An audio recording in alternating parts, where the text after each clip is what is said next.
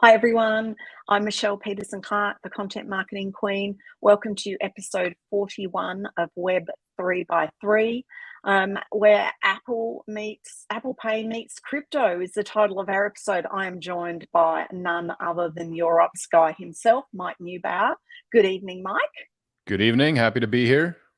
Yes, and we have to say that our regular host of the show that co-hosts with us, but he leads us into the articles, Mark, is still away on holidays. I think that we actually need to say that he's not allowed to take 3 weeks off again and travel around where he has dodgy internet. So we're going to have to put that into our contracts from now on going forward. Hey, Mike. I beg to differ. I think the last few episodes have been quite pleasant. Ooh, so it could be a triple play down to a double play, you think? Yeah, he'll be back next week, I think. Yeah. I think he has to. His kid's getting back to school, so he's got no choice. Yeah. But I thought we'll it hear might have all the been this stories week. about Yosemite.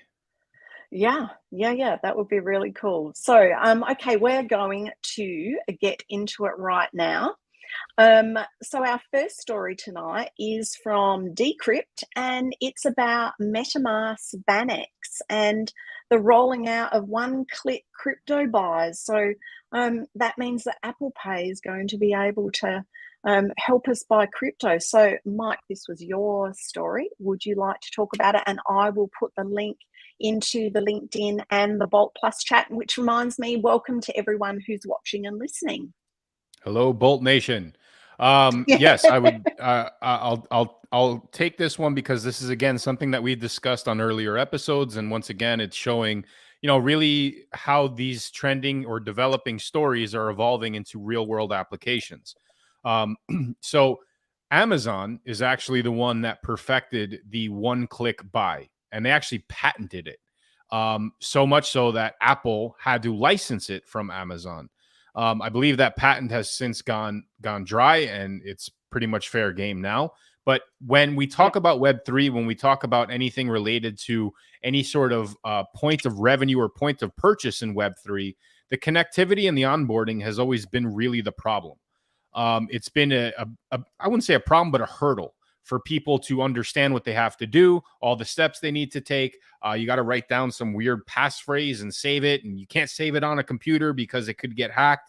There's a lot of I guess bullet points and asterisks that people need when all they really want is that one app that makes them waffles, right? That's a line that we haven't said here in quite a while. But the integration of what MetaMask can provide, and again, this is nothing more than basically a wallet execution program. What that can do in association with something like Apple Pay is put that one-click application directly on a device. And again, I think that we're a couple months in from first mentioning this. The future of where Web3 is going is directly into these devices, and that's where the massive onboarding process is going to take place. It's going to take Android and Apple and elements like MetaMask or Coinbase wallet or any of these DeFi wallets that want to jump into that swimming pool to really help push that down the road, so that the onboarding process is very simple. And therefore, not just random ape projects, but massive conglomerate companies who want to dip their toes into Web3 marketing and revenue sharing, they can easily integrate with these points of purchase and these checkout portals.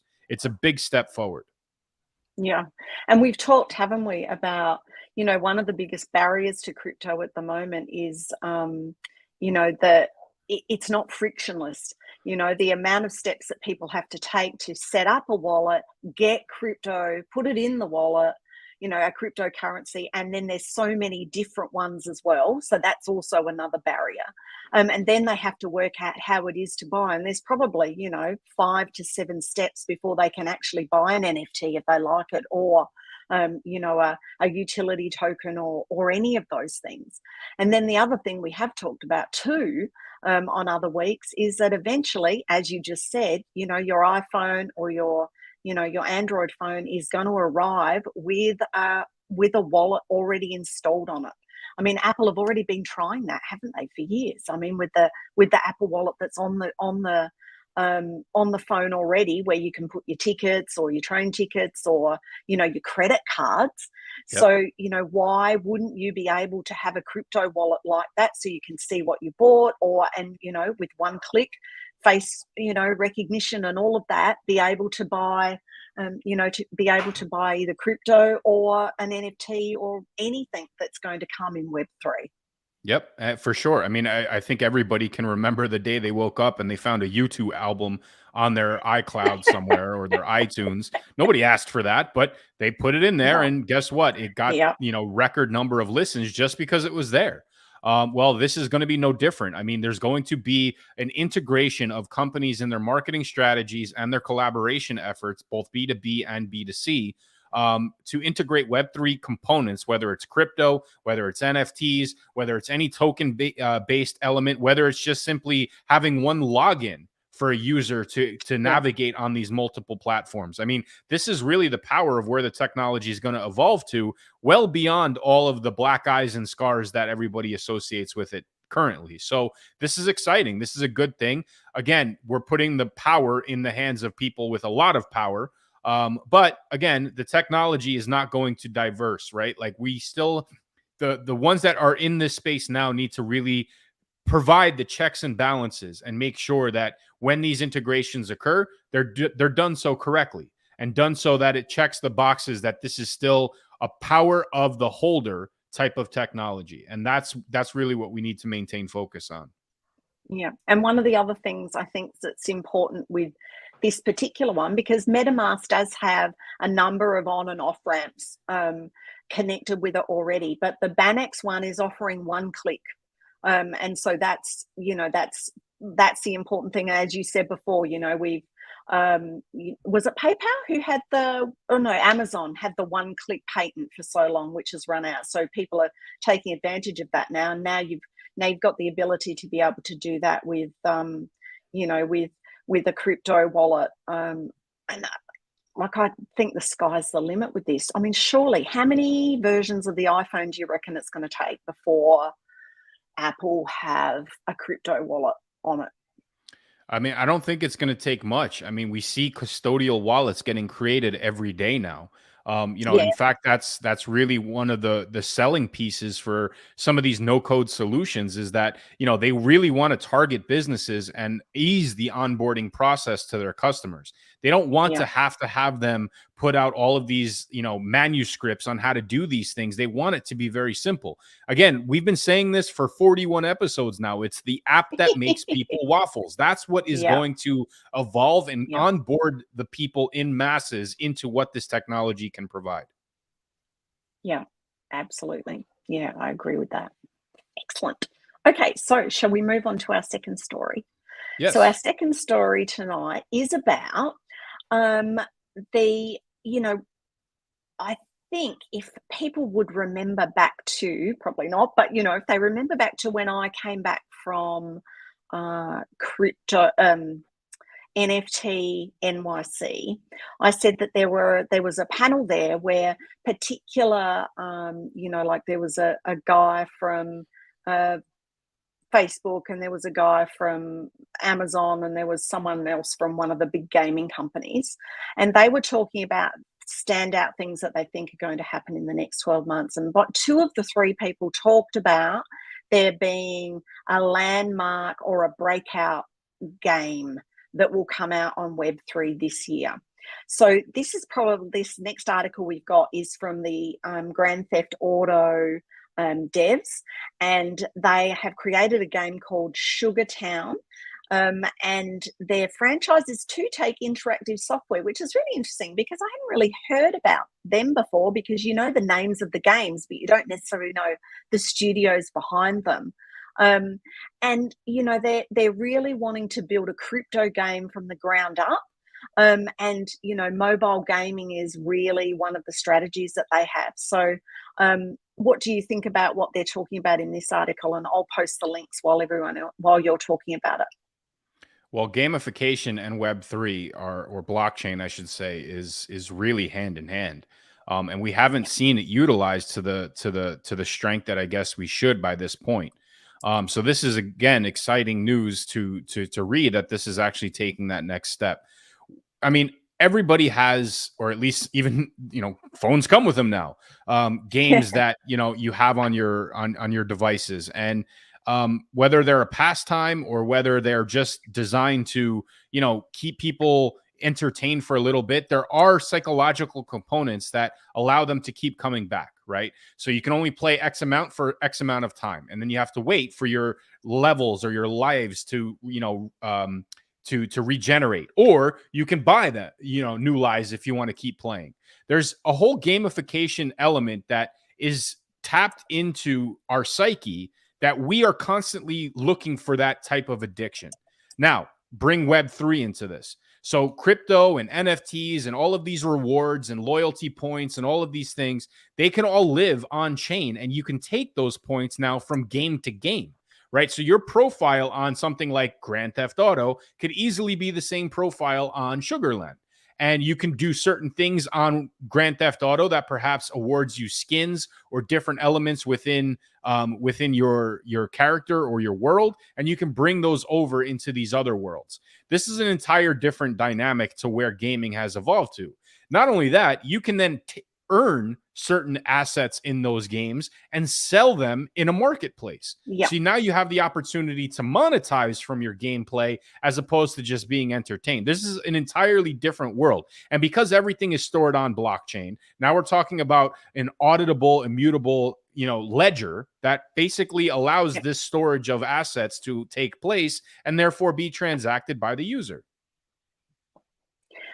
And, I think for 41 episodes, I've been saying that when John and I are able to get our money back from all the Fortnite skins Joshua purchased, then I'll be a happy woman.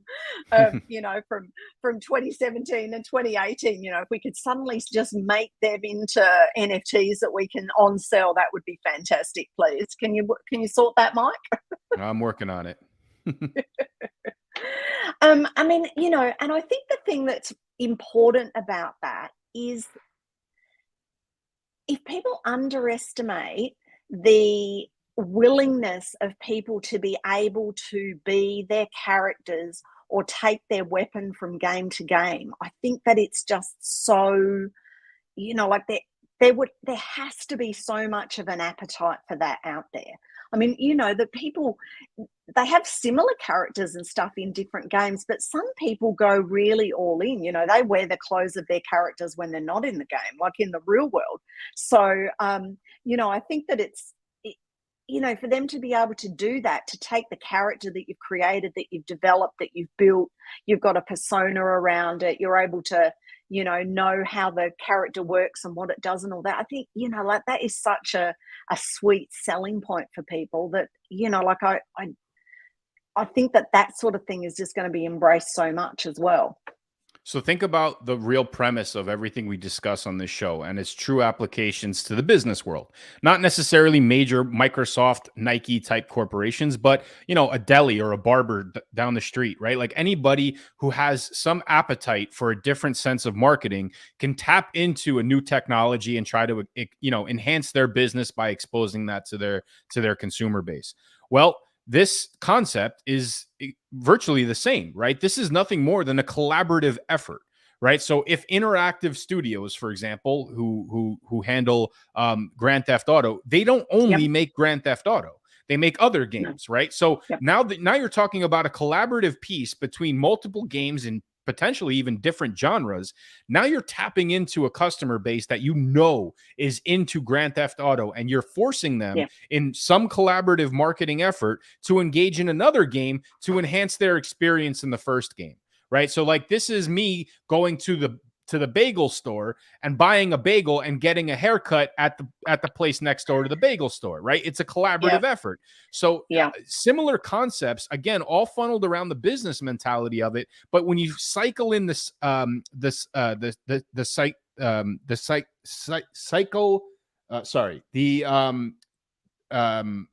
mentality of the gaming itself and what that does to our psyche, that's the word I was looking for. the psyche of the gaming itself. Now you're making it entertaining and interactive. And I think that's really where this levels up. You know, let's not forget something else. Grand Theft Auto is a multi-platform, meaning multi-console game, right? You Yes. could play that on multiple consoles. Now, what if you could take that character that you have on PlayStation and play it on Xbox at your buddy's house? Same thing, right? Yeah. Now, one of the Yeah. advantages to all of this is unfortunately Discord, right? Discord has a major stake in PlayStation, or maybe I Yes. have that reversed. PlayStation has a major stake in Discord. And Discord, as we know from any Web3 component or project, it has the ability to have token gated elements, right? So if you reach certain levels, maybe it unlocks different channels within the communication. Again, this is all part of the interactive experience that the gaming world provides using the blockchain ledger and the technology as the storage of those digital assets. Yeah. Yeah, and I one of the things I think too is that the like if you are able to move your characters around like this, that it will increase the revenue for all of them because you can buy in-game purchases and things. The is it Sugar Town? Sorry, yeah, the game that we're talking about in this, that they are talking about ability to also earn in-game tokens, and that's like there's like if you remember back to the days when they first brought out Pac-Man or Super Mario, you used to eat the cherries or you'd eat the coins and your strength would go up and all of that stuff. So that what they're applying that same kind of logic, aren't they, to be able to earn crypto tokens within the game that you can then use to upgrade your character or buy skins and all of that stuff, which we know is a recipe and a formula for people to just buy more and more stuff within the game, so the in-game purchases increase because of that. And again, if they are moving in that direction, a marketplace to emerge is soon thereafter, right? So I accumulated all of these, Yeah. whatever tokens or whatever assets. I don't need them anymore. I don't need the yellow jumpsuit for Super Mario Brothers because I have this better one. So what do I do with Yeah. it? I just leave it in my inventory. Sure, it's a status symbol, but now I can monetize from it, Yeah. right? So Swap it this out. is this is where the evolution of something like NFTs can come into play, because as the NFT grows, the value of that asset grows, right? So now over time, the more accumulation, the more gameplay, the more experience, the more interactive, whatever benefits the game includes in the overall tokenomics of it.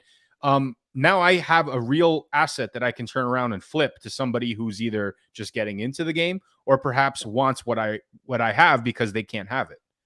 So Yeah. this creates a marketplace, which obviously now you're talking about a business element of it, right? It's no different. This is the gamer version of an eBay. Yes, that's right. The gamer version of an eBay. So let's talk a little bit about there's been a bit of an aversion for gamers, hasn't there, at this, like to do Web3. Yeah, I'm not quite sure why. I mean, when we did this show way back when, there was more of an interactive component with people jumping up. And one of the guys that used to come in all the time, he was a heavy gamer. I think his name was Mr. Triplet from a platform called Yes. Entra. Yep. So Mhm. he was a heavy gamer, and we had this discussion way back when. And he's big into Web3, crypto, NFTs. Like he doesn't fit that mold that you're describing, but he did bring up a couple things that really hardcore gamers have a problem with, and one of them is people jumping in with mommy's credit card and being able to obtain the exact same levels as they Yeah. did when they Yeah. clocked in tens of thousands of hours. Now, I don't know Yeah. which is right or which is wrong from the business side. My business brain says that's genius because now you're providing that scalable component monetarily. But on the other side, Yes. now you're impacting your true fans because them being earning that moment is a Awarded. status Yeah. symbol. That's something Yeah. that they thrive for, and that's a status that they can hang pretty proudly on. So I don't know how they would do this or if it's been done before, but there's got to be a way to accommodate both, right? There's certain things that you can only accomplish by participation. And then there's things that you can do to help enhance your experience from the onset with mommy's credit card.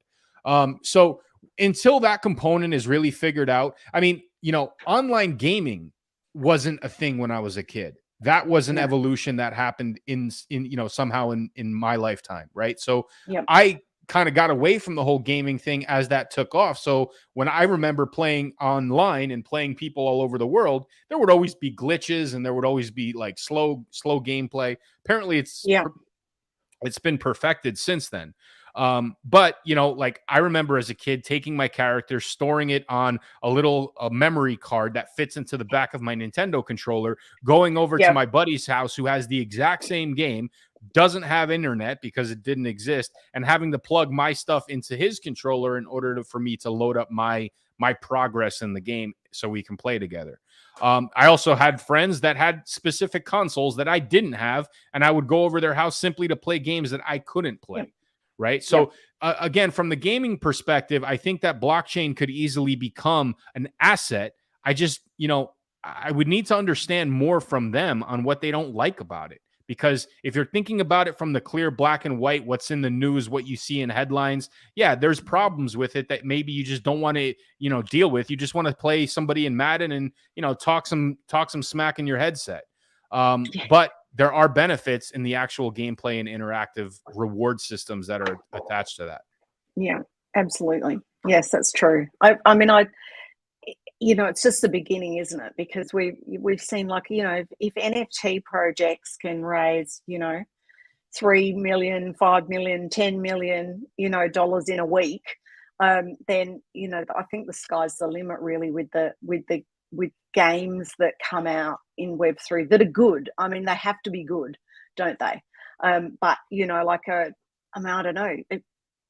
Do you think we'll get to the point where we see things like Grand Theft Auto or Fortnite, etc., that become that there will be Web3 versions of those games? 100%. There has to be. It's only a matter of gaming evolution. I mean, I remember playing SimCity as a kid, right? And SimCity is the greatest idea ever. Okay. I mean, like, I wanted to be an engineer when I was a kid. Like, everything fell in line with that game. The most frustrating thing in the world with that game is not having money. So you used to look for cheat codes on how you can get money to build this metropolis that you're looking to build. Well, imagine a world where all of a sudden you can either buy that currency in the form of a token, or you can do things to earn it besides the gameplay. And this is where the collaboration effort comes in. If you reach this level on this game, you're rewarded with tokens on this particular game. Yeah. There's a lot of those types of benefits. And, I mean, as the gaming world evolves with this new, we're talking about VR, we're talking about the metaverse, like all of these bridges will get, all the gaps will get built with these bridges using blockchain. I'm very confident in that. Yeah. Yeah, definitely. For the record, Sim Safari was my favorite. I had so many kick-ass 5-star parks you wouldn't believe. I loved it. My kids sometimes say, "We can find you an emulator now if you still want to play it." And I just go, "Oh, I would be so sucked back into that world. It's probably better that Mummy doesn't get into it again." It's dangerous for sure. Absolutely. Okay, our third story is NFT communities. When will founders ever learn? So, this was the story that I picked for the show. It was about DGod's season 3 released. So they've been teasing about an upgrade for about the last month or so.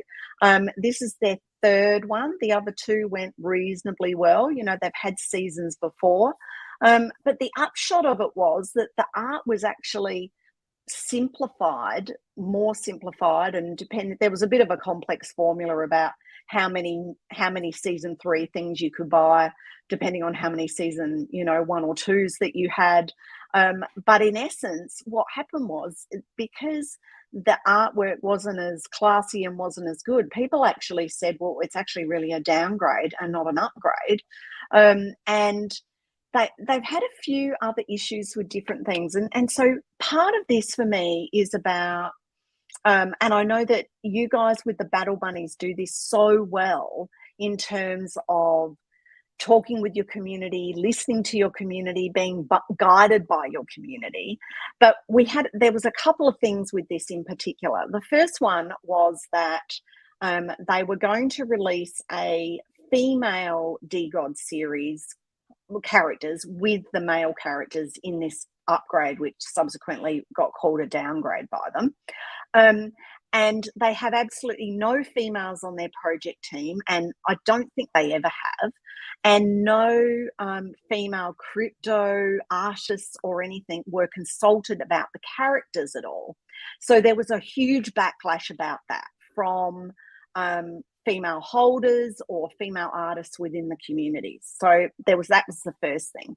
The second thing was really a bit kind of complex, but they have a project called Utes with a YOO and a TS, where because DGods were actually quite expensive during the bull run, they created a project so that other people could get into the family, so to speak.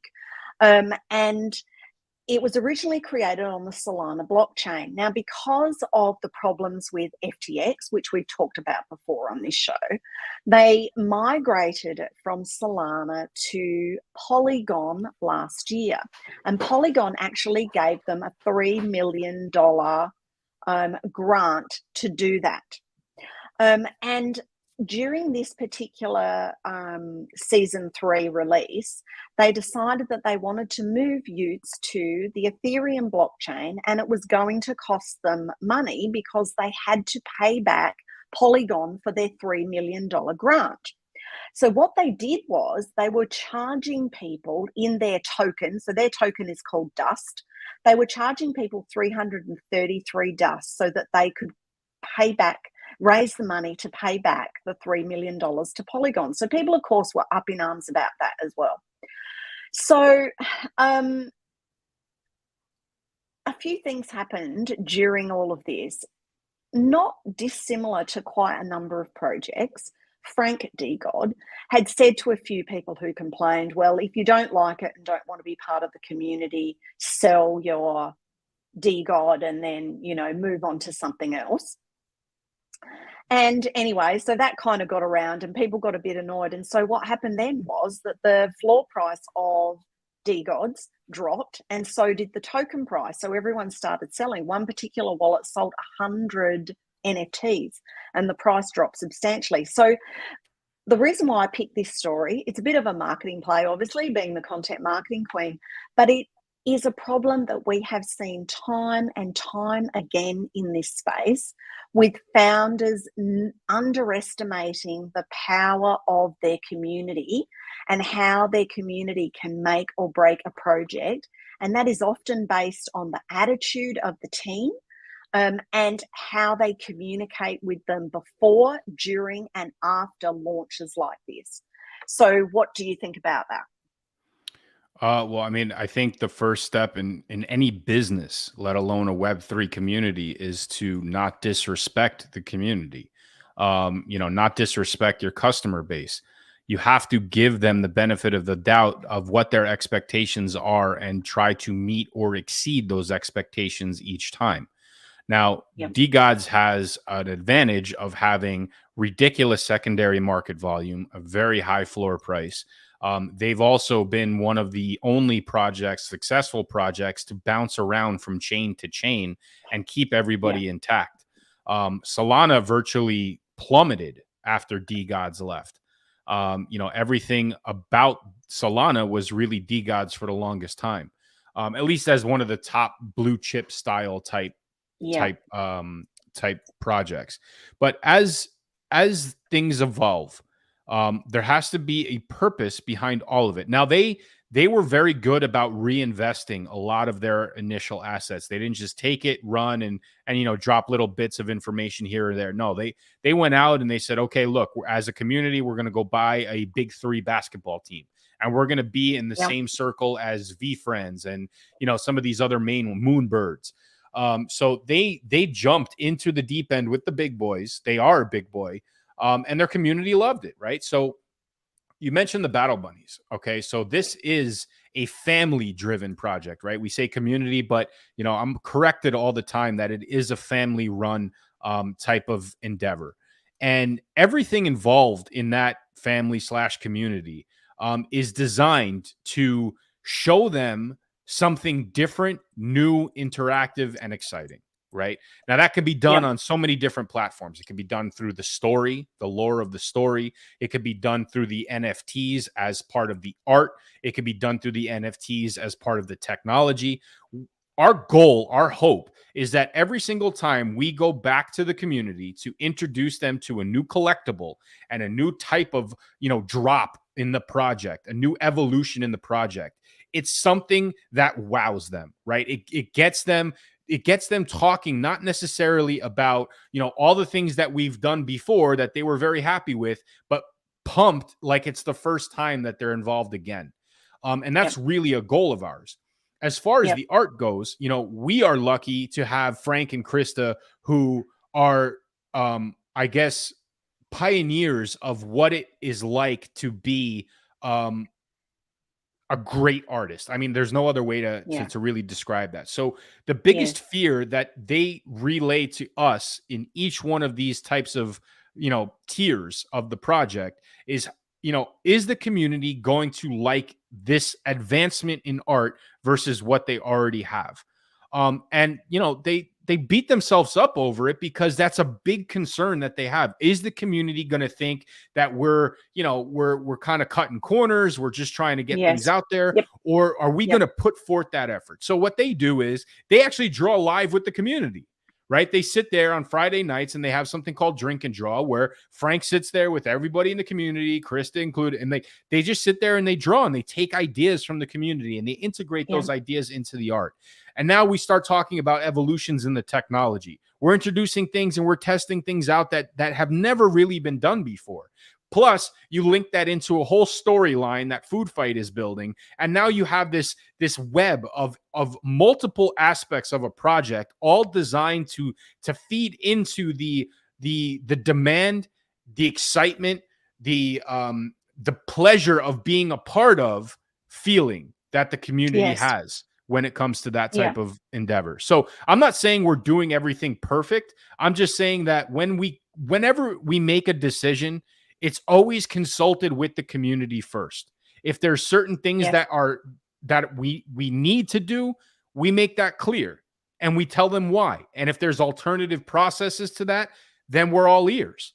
But we will, at this stage of the game, they are the nucleus of everything that is being built right now. Right. So to veer off of that and to do things that would alienate or piss them off, that doesn't make sense. And I don't think that any of us are cut from the cloth that would do that. Now, there is an appetite for people looking for communities like that. That we know 100%. And the more these major projects kind of snub their nose at their community, those community members are now nomadic, right? They're out there hunting for a new project to fill in the void of what they thought the expectations were on that major blue chip project. And that's where the people building today in this bear market, this crypto winter, whatever you want to call it, the ones that are building now are going to be on top of that tsunami wave as it rolls through on the next go around. And I'm very confident in that. Yeah. I mean, and the other thing too, I think that you guys do is you have other stuff as well. So you've got the trading cards and you've had the book. So there's other things as well, not only to keep the current community interested, but to expand your community as you bring different people in. Now, one of the things with the Utes project that they launched, in essence, to say, trying to allow more people to come into the sort of the DGOD family, was that they promised a lot of things, and the only thing that they've done is cost people money by moving from chain to chain. And other than the fact that it's art, it actually hasn't delivered anything of the roadmap that they had. So those sorts of things over time just annoy people as well. Yes, 100%. And again, we look at this not as an NFT project. The NFTs are a tangential piece of the project, right? So we Yes. have this franchise, this Battle Bunnies world that we are creating. It goes well beyond tokens on a blockchain. That's the root of it. That's where the community was built. That's where everything lives. That's where the ownership in the digital collectibles thrive. But there are physical cards, there's signed merchandise, there's all these other elements. You mentioned the trading card game. We wrote a book. All of these are different pieces of the overall business structure that we're putting in place to expand and create that different alternate experience. If McDonald's stuck with a Big Mac and didn't move on to chicken nuggets, would they be as big? Maybe. But now you're offering the same product with the same benefits and utilities to the exact same people. That's something we're trying to steer clear from. There are people in the Battle Bunnies that are strictly all about NFTs. There are ones that are strictly all about gaming. There are readers. They're book fanatics. There's all these various people that have these different, I guess, appetites for what they would expect from a project like this. And we're just trying to provide them all those ammunition and all those pieces so that they feel just as welcome as everybody else, regardless of the NFT world. And, there's some other projects doing similar things. We've talked before, haven't we, about Pudgy Penguins, their soft toys that they came out. VeeFriends not only had the conferences, the conference ticket for 3 years and, other things like going to the basketball with Gary or doing a Zoom call with him and stuff, but they've also brought out a toy line as well as some plushy stuff. So, there's other ways in which the community and the founders can make money by actually expanding it. Shock horror, God forbid, Mike, turn it into a real business. Right? I mean, again, this is a piece of a business. If you treat it as the business, then as the industry fails, so does your business. Right? I mean, there's very limited ways to keep seeding into that if people don't have the means or the desire to continuously purchase something that you're not delivering on, whether it's artistic, whether it's interactive, whether it's utility. There's a multitude of different benefits that can come just simply by ownership of the token. And then guess what? If you don't want to be a part of it, just like Frank said, not Battle Bunnies Frank, but D-Gods Frank, get out. It's not for you. It's not for you. Now, I would never say that to anybody in the community. I would obviously try to troubleshoot the situation first, but that's really the power that the holders have. And if D-Gods isn't careful and projects like that aren't careful and they piss off enough people, well, the value of what they're trying to offload goes down. And that's really where the market lies in the hands of the holders. Yeah, of course. And, I have worked with a number of crypto projects and, you'll have people in the Discord, asking questions and, they do make sense sometimes. And sometimes people are stupid, but, when the team's attitude is that every question's a stupid question, and people should just let them continue to do all the tech stuff and roll out whatever it is that they want and bugger what the community think, that's a problem. And this is what happens. This is why there are so many Web3 projects that are floundering or completely disappeared in this crypto winter, because they all thought that they were better than the people who held up their token, bought, transacted on their marketplace, bought their NFTs, spread the word, etc. Ultimately, at the end of the day, with no customers, you don't have a business. And that's one of the things that I am still astounded in Web3 that continues, even though we've had, the last 12 months where people should really have opened their eyes a bit and worked out that there needs to be a better way, a different way. There are some good things in how businesses operate in a Web2 environment that they can bring in and do the same here. But again, it's sales and it's marketing. I like these elements of business have been around since the dawn of time, since cavemen were selling or trading rocks to other cavemen, right? So I had a huge debate with somebody at a conference once, and I was working the conference in an expo booth, and I was selling an OTC product, over the counter product, and I'm very I'm very lively when I go to those things, right? And it could be the first conversation I have with the first customer, or the last one that I have on the third day, which anybody who's worked those, you're exhausted. Yes. And I still have the same enthusiasm, the same life. And I, one guy called me out on it once, like the guy who was next to me in the booth. And he's like, dude, how is it that you have this much energy and enthusiasm after you said the exact same thing to about 1,000 people over the last 3 days? And, I thought it was an odd question, because like the first reaction that I had was, well, the person that I just talked to, the last person that I talked to for the show, this is the first time that they're hearing about this. So theoretically, I get one chance to make a first impression to this person. Who cares when he showed up? Right? Like I can dog it. I can, take the half-ass approach, or I can treat him like I treated everybody else, all with the prospects of getting the sale.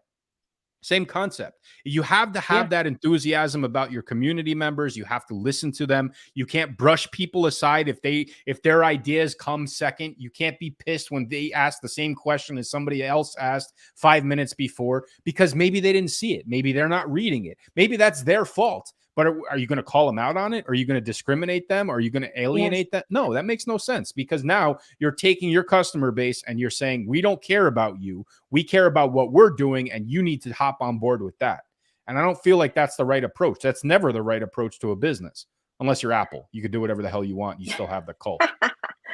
How many times do you see in a Discord server where one of the team will say, that's the 5th time someone's asked that question, you should scroll back? Yeah.